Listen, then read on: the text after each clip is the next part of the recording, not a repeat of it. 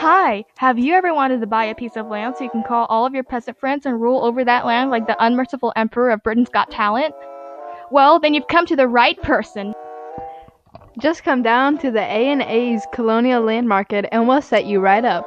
One of our most wanted colonial land is South Carolina is placed roughly like a triangle or a heart. It has beautiful marshes and sandy beaches. Lakes, rivers, and creeks are almost part of its beautiful attractiveness. But what about the history?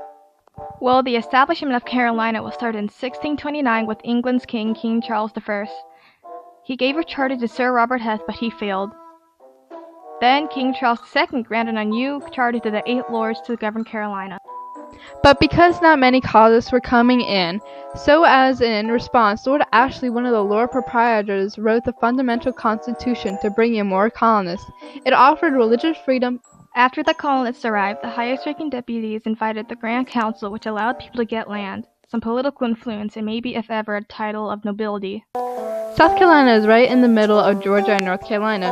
Georgia was a buffer state, and North Carolina and South Carolina used to be one colony, but separated in 1712. South Carolina's soil was rich and plentiful, so there were a lot of domestic and wild trees and plants, which was used for lumber. In the coastal area, there were a lot of plantations since the capital was in Charlestown. There were also a lot of rich people. Schooling and education was provided too, except it was mostly for rich white males. At school they could learn psychology, Italian, and more. Other kids could receive schooling too, but it wasn't as educational. For housing they had big fancy houses for the rich and small cramped houses for the poor. Slaves lived in small cramped cabins, often filled with more than 10 slaves at a time. Do you want to buy our land now?